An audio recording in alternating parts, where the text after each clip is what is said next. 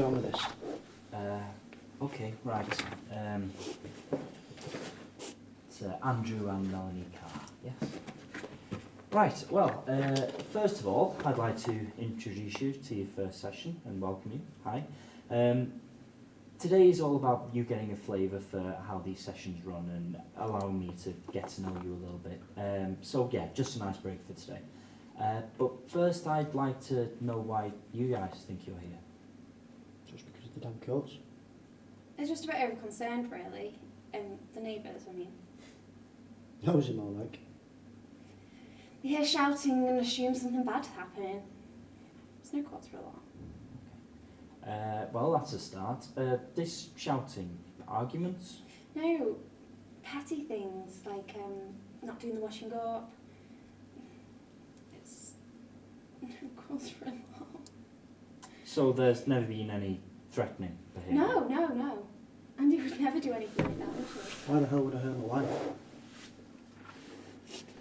I'm sorry, we have to ask these things. Complaints from neighbours about raised voices or loud noises, they usually raise concerns about violent behaviour. They assume that they see something bad happening, but it's all just normal, really.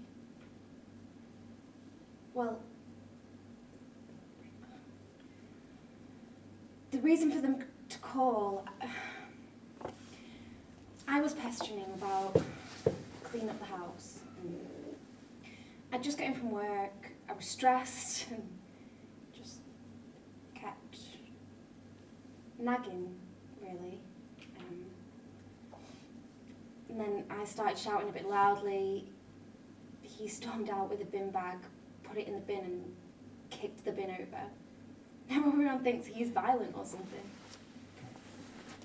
Well, I think that's really all it needs doing for this introductory session. The courts have booked you in for a 12-week course. Now, while things might not be as serious as your neighbours are implying, I think it'd be a really good start to work through ways in which you can constructively deal with your arguments, and that would be a great step forward for building a happier, more positive relationship. Great. Well, I'll try and find a day when I'm free and then get you booked in for a weekly slot.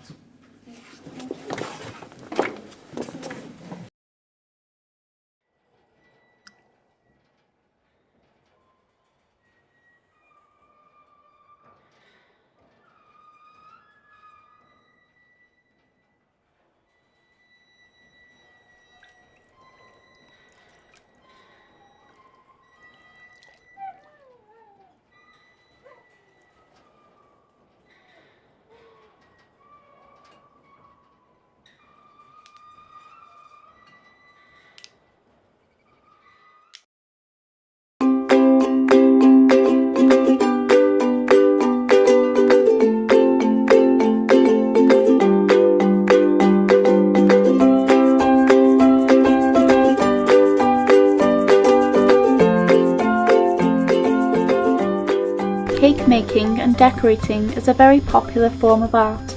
The history of cake decorating can be traced back to the 17th century. Even today, the cake decorating industry is a thriving business.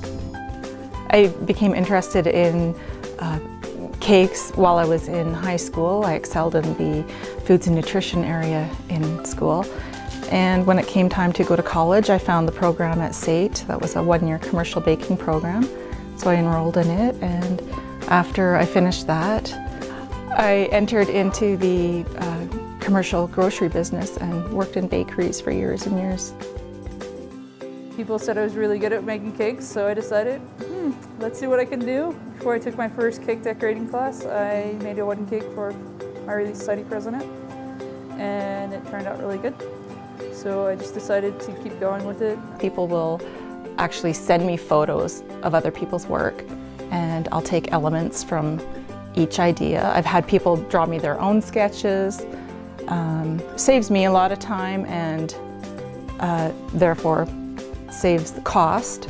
But if someone wants a cake drawn out, I will draw it for them. I do admit though I'm better with icing than I am with a pencil. So. My favorite cake, that's It's a tough one. I had fun doing the 3D R2-D2 cake for my nephew's 5th birthday. My other favorite one I'd have to say would be, I did it for the school bridal show, and it was a European room, and they wanted to mainly focus on France.